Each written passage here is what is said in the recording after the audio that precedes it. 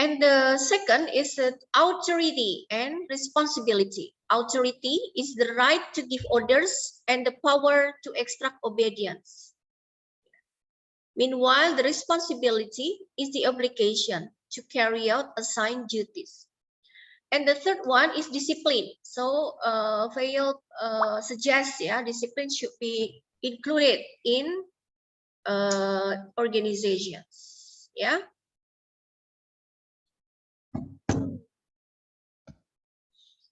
Next is unity of command. Unity of command means kesatuan perintah. Yeah. So according to Vail, an employee should receive orders from one superior only, one boss. Yeah, one superior. And next is unity of direction. Yeah, kesatuan perintah. Yeah, grouping of similar activities that are directed to single goals under one manager. And the others is about subordination of individual interests, and remuneration of personnel, and then scalar chain, line of authority, the chain of command should from the ultimate authority to the lowest. Order, equities, and other things. There are 14, 14 principles of Vail's corps. This is very very famous. We have esprit de corps, so we have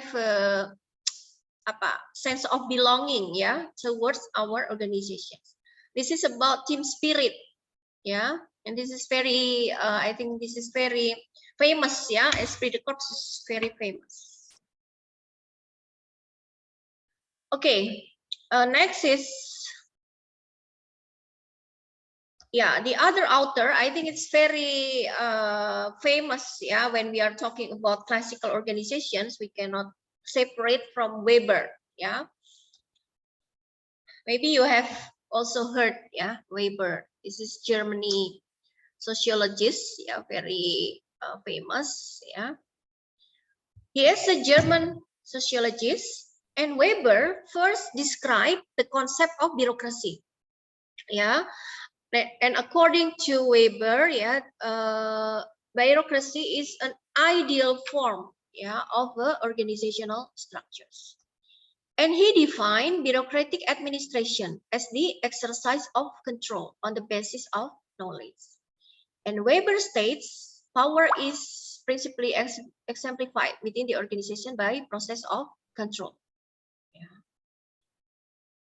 So the term bureaucracy, as we now familiar with this term, bureaucracy pemerintahan, for example, actually that is derived from Weber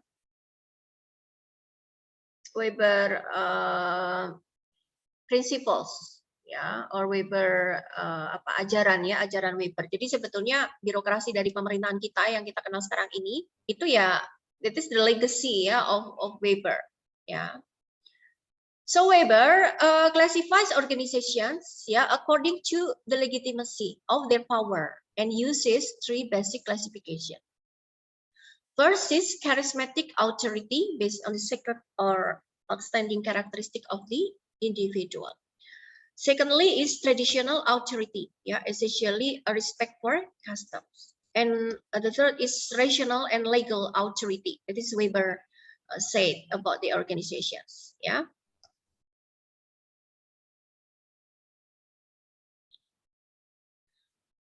Okay, and Weber outline some of the ideal what he thinks about the ideal bureaucracy. For example, a continuous system of authorized jobs maintained by regulation. So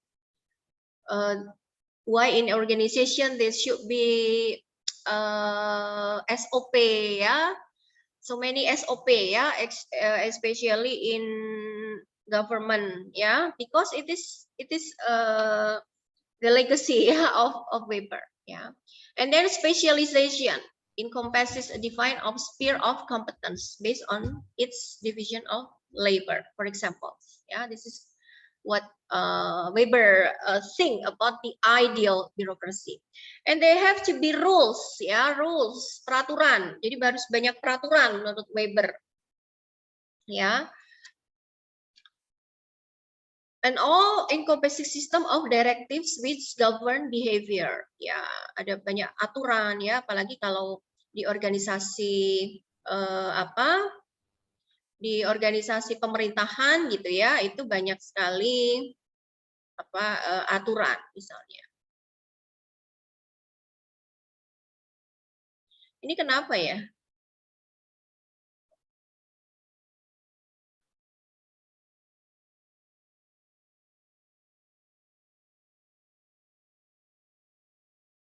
Kenapa saya harus leave meeting ya?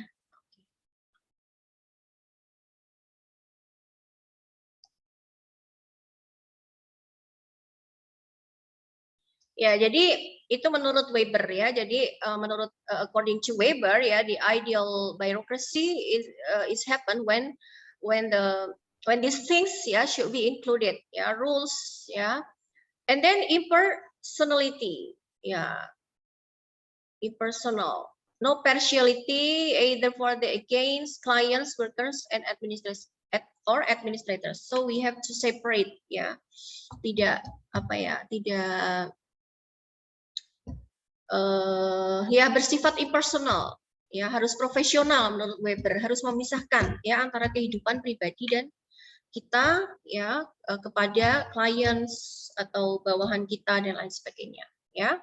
So this is Weber legacy ya to the classical theory ya. Nah, so if we talk about the bureaucracy right now in the government bureaucracy I think there are some weaknesses maybe that we seen from the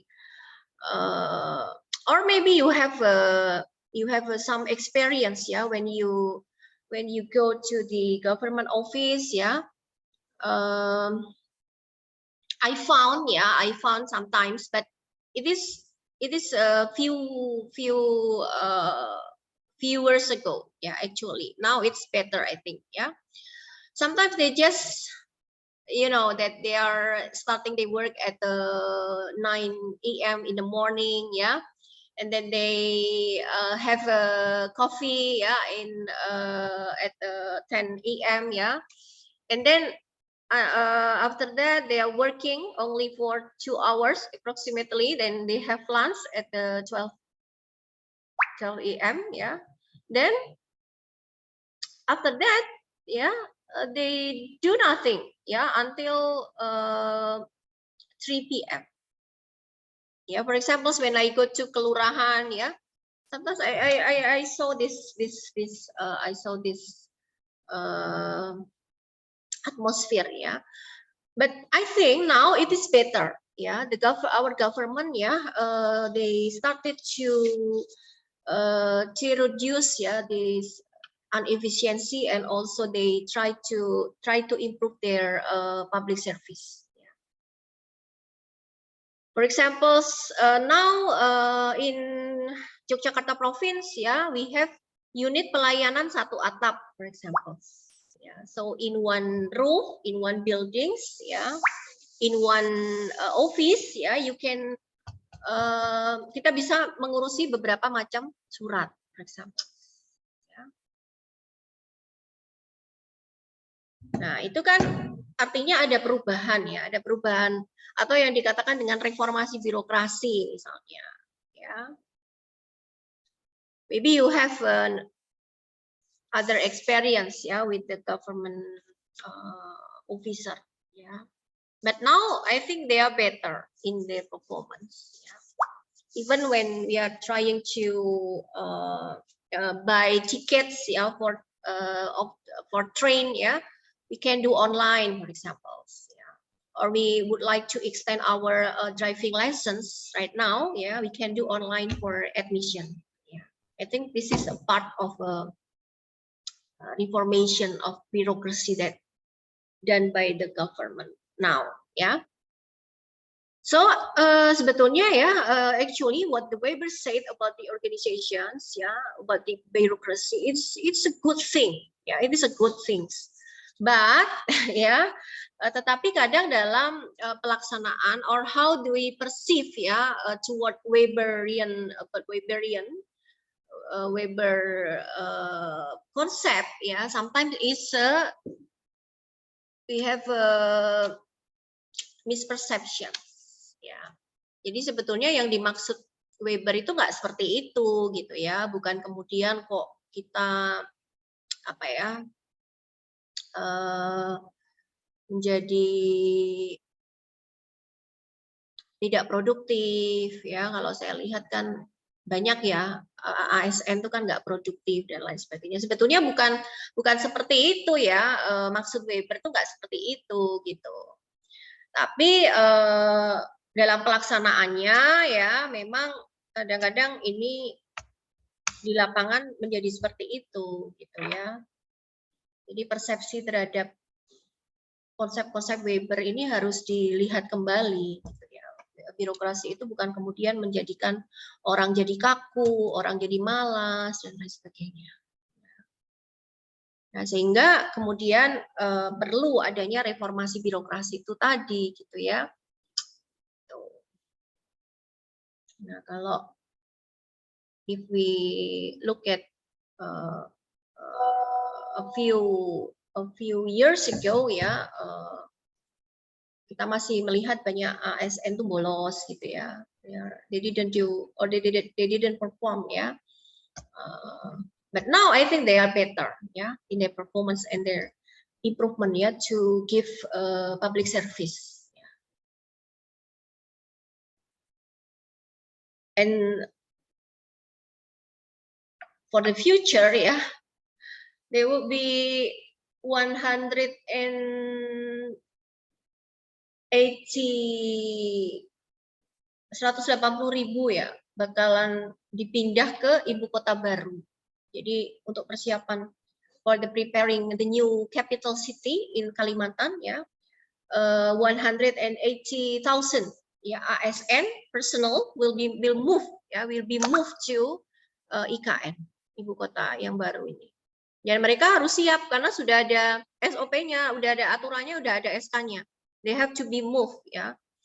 Actually for the ASN that working in a primary departments, ya, primary primary ministry ya, like Kementerian Pendidikan ya, kementerian yang sangat penting lah yang harus ada ya semuanya di dalam ibu kota yang baru, gitu ya. So Jokowi will memindahkan ya 180,000 personal ya, and they name already listed ya. Who are they already listed ya? For example, Pradipta, Lungga, Faza ya, Nada, Navia, Adnan Firdaus ya, and others personals ya, 180,000 personal yang will be moved to the new capital city. They will serve public service in new capital city in Kalimantan. So why the capital city should be moved? Ya, sebetulnya wacana ini juga sebenarnya udah lama. Ya. Since Soekarno as a president, ya, Soekarno said the capital should be separate from the business city. Ya. Because Jakarta is too many crowded, too many is very complicated. Ya, capital city yes, business city yes, yeah, all is in Jakarta. So it will create it some like exhausted when you included all the things into one. Yeah. So Soekarno suggests the capital city as the pemerintahan should be separated from business city, because Jakarta also the business and trade center, right? So it should be separated. Yeah. It's like in Australia, between Canberra as the capital Meanwhile, the business district or the business city is in Melbourne. So they separate. Canberra is less business, yeah. They just concentrate on the on the government, how to functioning the government. Ya. Jadi betul-betul mereka fokus gitu ya untuk sebagai pusat pemerintahan. Ya. Okay, so that is the lessons of classical theory. Yeah, which is perceive, they perceive organizations as a rigid. It's a very rigid and very formal. Ya, very formal. Dia melihat organisasi itu sangat formal, ya. They see the organizations is the formal structures. Ya, di situ harus ada banyak jabatan, ya. Kumpulan jabatan. They see organization as kumpulan jabatan. Ya. So there should be SOP, there should be rules, there should be rigid bureaucracy and so on and so on. Yeah. And the next is human relations approach. Yeah, this is neoclassical theory. We have come into the classical, neoclassical. Neo means baru. Yeah, neo means baru. So he made some neoclassical gives some extension, some edit. Yeah, edit. They edit. Dia menambahkan kepada classical theory. Yeah. The famous author, is Mary Parker Follett. She has significant contributions, into the discourse of public administration, and also she proposed about participatory management. If you know the kata empowering, the words of empowering, it comes from Mary Parker Follett. And the other researcher, or the other author that give a very significant contributions is Elton Mayo. Elton Mayo is very, very famous, because he conducted the Hawthorne experiments on the theory of individuals, yang melopori with propose the human relations school of management thought. So what is Elton Mayo did, at that time? He makes some experiments, between 1924 until 1922. First is illumination experiments. What is illumination experiments? So these experiments were performed, to find out the effect of different levels of illumination or lighting on productivity labor. The brightness of light was increased and decreased to find out the effect on the productivity of the task group. So he placed some workers, working in the certain rooms, and the light was increased and decreased to find out, is there any effect, on the decreasing and increasing of light into the productivity. But surprisingly, the productivity increased even when the level of illumination was decreased. So it was concluded that factors other than light were also important.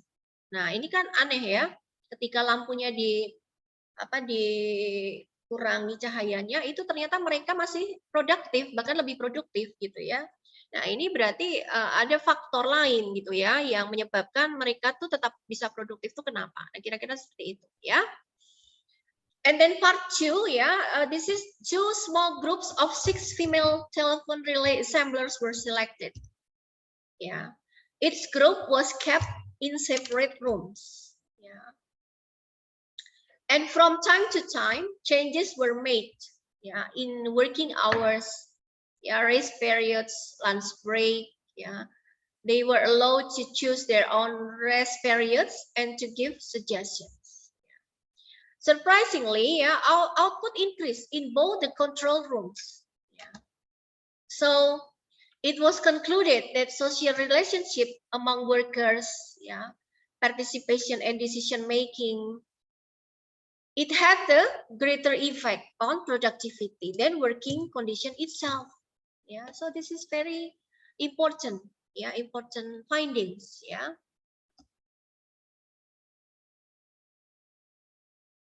And part 3, yeah, this is very long research, yeah, actually, yeah, from 1924 until 1922, yeah.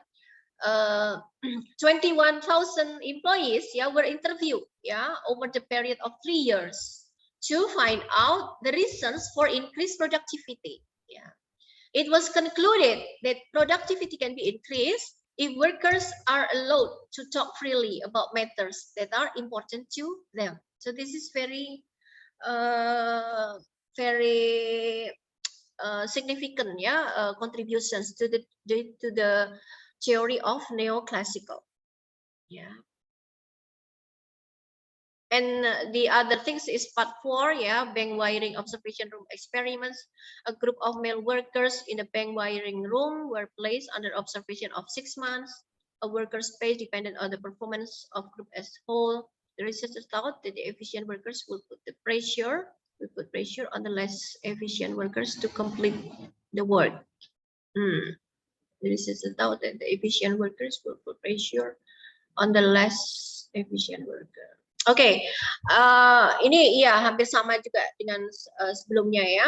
Oke, but the important things is the conclusions. Yeah.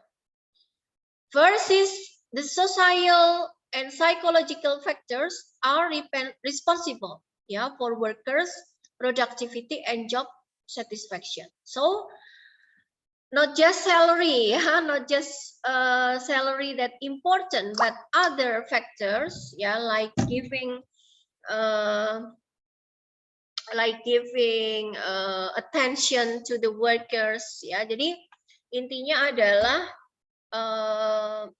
apa nih, faktor sosial dan psikologi itu sangat penting ternyata di dalam meningkatkan workers productivity and job satisfaction. Yeah. And the informal relations, yeah, among workers influence the workers' behavior and performance more than the formal relations in the organization. Nah, ini yang tidak dilihat oleh teori klasik sebelumnya, gitu ya. They just focus on rules, they just focus on jabatan, they just focus on SOP, they just focus on structures, yeah, but they didn't look at the other factors that may increase the productivity and job satisfaction. So this is the critics, yeah, of a classical theory as well, yeah. And next, yeah, the informal relations among workers influence the workers' behavior and performance, yeah. And employees will perform better if they allow to participate in decision making and affecting their interests. Nah, ini penemuan dari neoclassical teori, ya, bahwa kita harus memperhatikan juga gitu ya faktor sosial dan psychological, ya. Kalau when employees are treated with respect, dignity, their performance will improve. Yeah. And employees also will work more efficiently when they believe that the management will be interested in their welfare. Jadi kalau kita diperhatikan, ya, kita di kesejahteraan kita diperhatikan, kemudian kita diperlakukan secara baik, ya, respect with dignity, dengan respect, ya, maka itu juga akan meningkatkan kepuasan kerja kita. Jadi not just money, ya, that will increase our productivity, ya. Money is also important, ya, salary is also important, ya, but not just limited to the money, ya, tetapi perhatian dan social relationship, ya, in the workplace is also very important, yeah, according to this study. Okay. Okay, so far, is there any questions?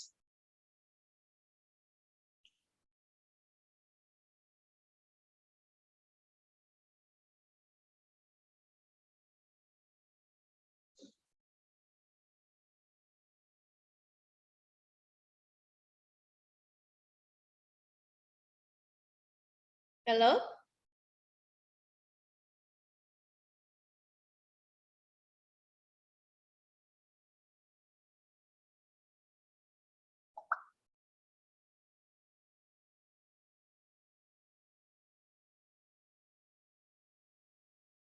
Is there any question? From me, not yet, ma'am. Not yet, ma'am. Yeah. The most important thing that you can differentiate, yeah, between the classical theory, which is focused on structures, which is focused on the very they see the organizations is the kumpulan jabatan, SOP, peraturan, ya. Jadi sisi psychologicalnya atau sisi sosialnya ya itu kurang ya di dalam classical theory. Meanwhile, in neoclassical theory, they add, they give contributions, they give some critics, ya. Ya nggak cuma peraturan aja dong, gitu ya. Ternyata produktivitas itu juga meningkat ketika perhatian kepada pekerja itu juga ditingkatkan, gitu ya. Dikasih ucapan terima kasih aja kan orang udah seneng ya. If your boss say thank you, ya, to you after you have work so hard, how did you feel? Did you happy or not?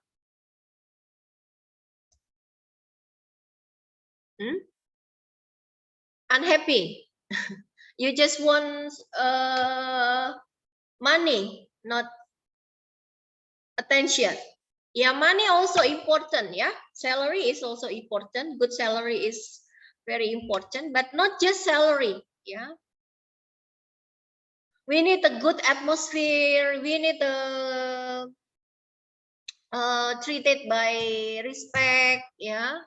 So the needs, yeah, of the employees is, I think it's not just money, yeah. They also have some needs that have to be fulfilled by the organization, yeah. So this is what neoclassical theory suggests, yeah, that the organization should maintain social and psychological needs, ya. Ya perhatian, ya. Perhatian kepada pekerja dalam artian perhatian dalam social relationship, ya, memperlakukan mereka secara baik, ya, treated them with dignity and respect. It's very, very important, ya. Okay, if there is no question, I think it's enough for me for this morning. And next week we can discuss about modern theory. Yeah, it talk about the organization as a system. Yeah. Okay, because you will have class at 9, I think. Yeah. So I think it's better to finish now. Akhirul kalam, wassalamualaikum warahmatullahi wabarakatuh. Thank you so much everyone for your coming and participating. Terima kasih ya. Thank you, ma'am. Thank you, ma'am. Thank you, ma'am.